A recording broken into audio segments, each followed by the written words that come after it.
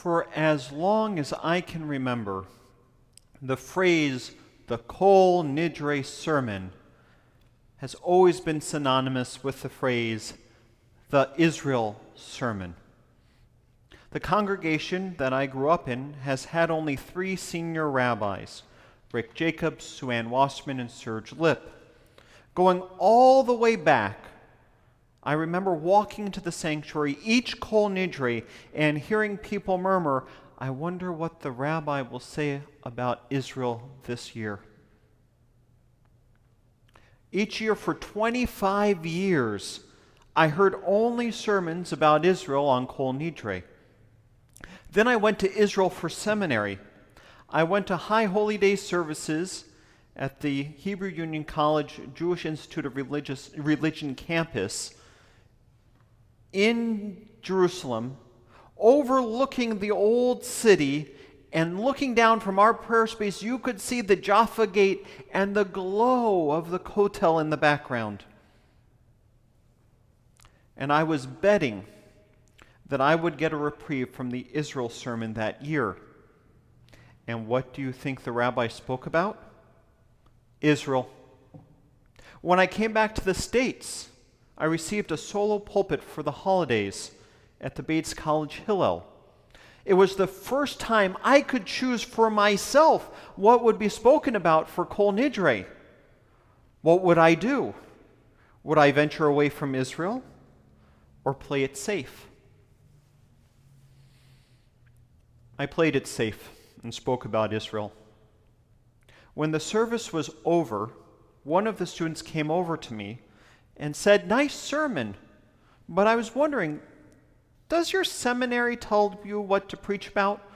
Because it seems like you all talk about the same stuff for the same service every single year." When I came back when I had my 2nd, 3rd, 4th, 5th year pulpits, every rabbi, North Shore Synagogue, Shari Tefillah in the city, always spoke about Israel on Kol Nidrei. Eventually, I made my way here as an assistant rabbi. And what do you know? On Kol Nidrei, Rabbi Miller got up to this very pulpit, and what do you think he spoke about? Yep, you guessed it, Israel. The sermon would end and then would be followed up by the collecting of Israeli bond pledges and a closing song of Hatikva. Keep in mind, I'm good with this tradition. I think it's important to speak about Israel. I bring this up because I'm really curious about when and where did this tradition come from.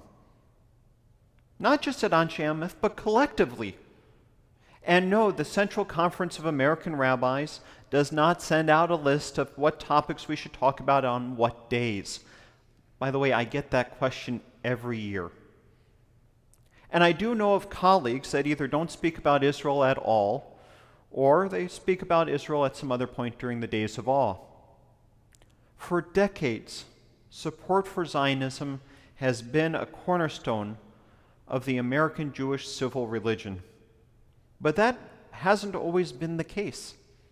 In the late 19th and early 20th centuries, Reform Judaism had largely negative views on Zionism.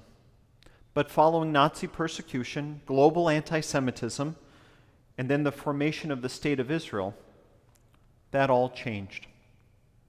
So yes, at some point in our congregation's 161-year history, the rabbi probably didn't mention Israel from the pulpit at all.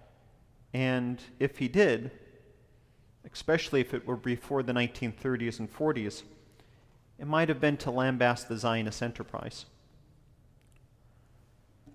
Before the founding of the State of Israel, the comments of Seth Rogen and Mark Marion, which stirred such controversy this past summer, would probably have been regarded as mainstream opinion in the Reform movement.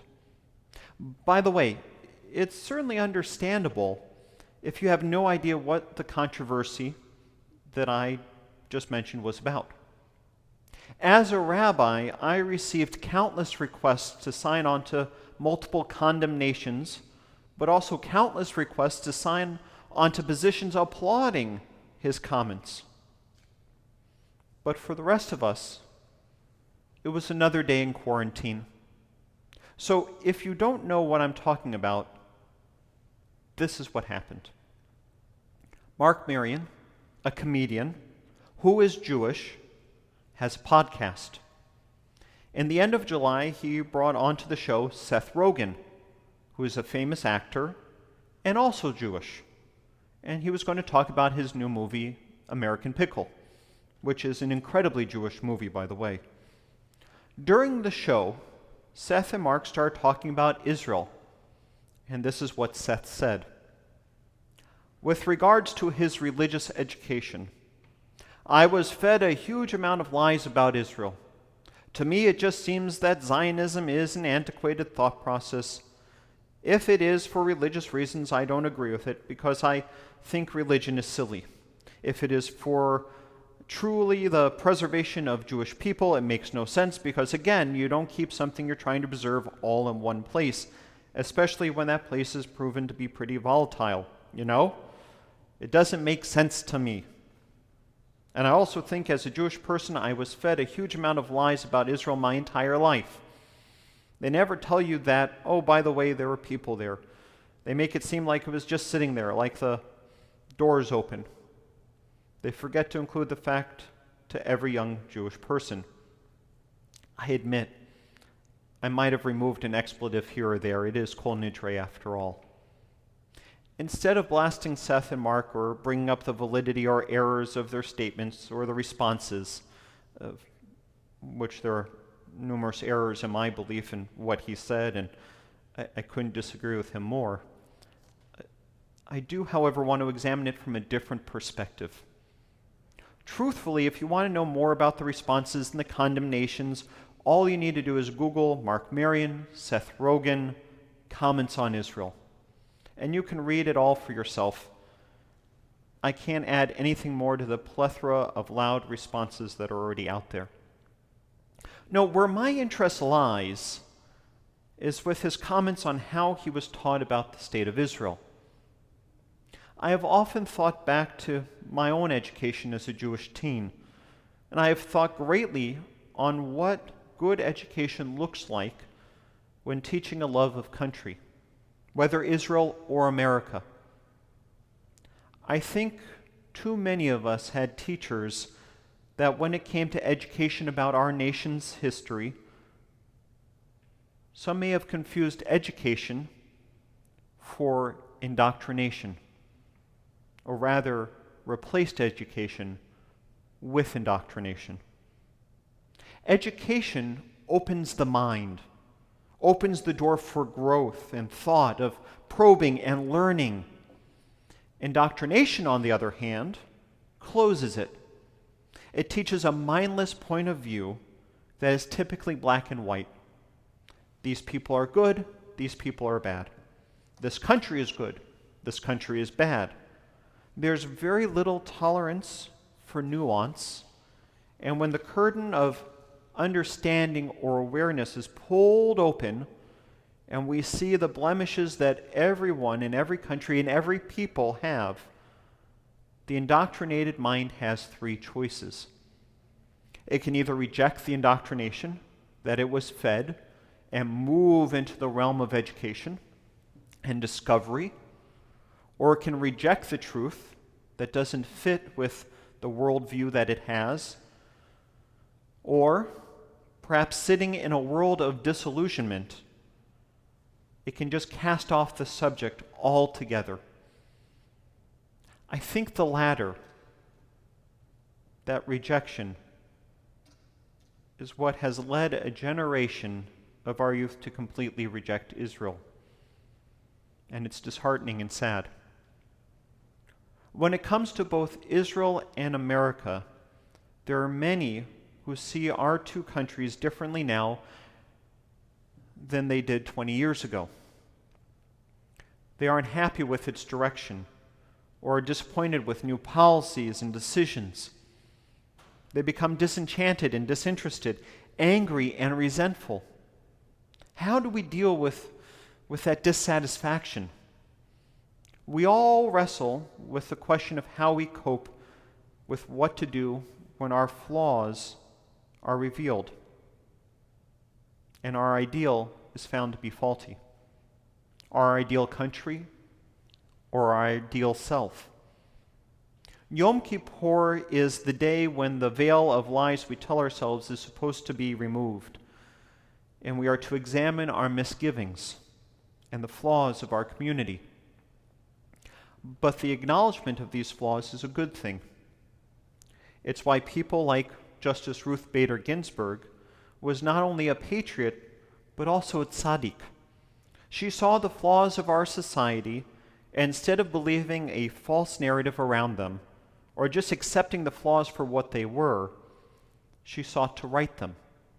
She understood the Jewish principle that we receive a world that is broken and is incumbent upon us to work to perfect it. We may never see that glorious moment out in the future, but we need to be part of the project. We cannot desist from it. The acknowledgement of flaws should be prized, but especially when they lead to activism. I think we speak about Israel on Kol Nidrei because today more than other days, we are reminded of our peoplehood. We are reminded that over the epochs we have been and continue to be a tribe wandering from country to country. That we are more than just a collective of individuals who are bound together through a theology. We are a people. And sometimes we reside in other countries, and sometimes we reside within our own. Tonight we think about what it means to live a Jewish life. And that means we need to think about what it means to be a Jew living in the world around us, a world that is slightly broken but still full of goodness. Our liturgy over the next 24 hours will be littered with questions about what it means when our society errs. What does it mean to be Jewish and to be a people who are oppressed but also a people with power? What does it mean to feel responsibility to other Jews and to other people? What does it mean to be an assimilated Jew? And what does it mean to be a people with a country of our own that is supposed to live up to our Jewish ideals? We will speak of our vulnerability, but we will also speak of our strength. Tonight is not a night for reaffirming our worldview. Tonight is a night when we challenge it. Kol Nidrei is a time for reflection, and it's a time for rebirth. It's a time for us to cast off the forces of indoctrination and to reject them. This is not a time for sermons that comfort us, but cause us to sit uneasy at times. Almost all of our tradition is not about telling us what we should believe in. It tells us what we should do as Jews, what are Jewish behaviors and norms. And yes, we have redefined that in every generation, but it has also been redefined as we understand ourselves as being part of a great chain of tradition. How are you plugged into that chain of tradition? Do you make decisions based upon your political realms and try and make Judaism match that point of view? Or are you starting from a Jewish point of view, wondering, how do I deal with the homeless person on the street? How do I deal with a country that might want me to embrace indoctrination? How do I deal with the wrongs around me? Do I take action? Or do I just accept it? Israel is, for many of us, an embodiment of what it means for Jews to act in the world. It is supposed to be an ideal. And when we disengage as a response to disillusionment, we abdicate our role in its growth and development, its evolution as a Jewish state. And it also can blind us for when Israel does right in the world. And it blinds us when we see all of the blessings and saving power that it has. The same is true when we find ourselves to be cynics when it comes to America. Yom Kippur is a day when we reaffirm that actions matter and that they make a difference, not just to us, but to others as well. It is also a day where we are reminded that we may not be indifferent. May we all remember on this Yom Kippur, perhaps more than any previous one, that what we say and what we do matter. Let us reaffirm that we are a people raised on self-examination, on looking within and around us, so that we can help heal and mend our society, whether here or in Israel, so that all may live in peace. Amen. V'amen.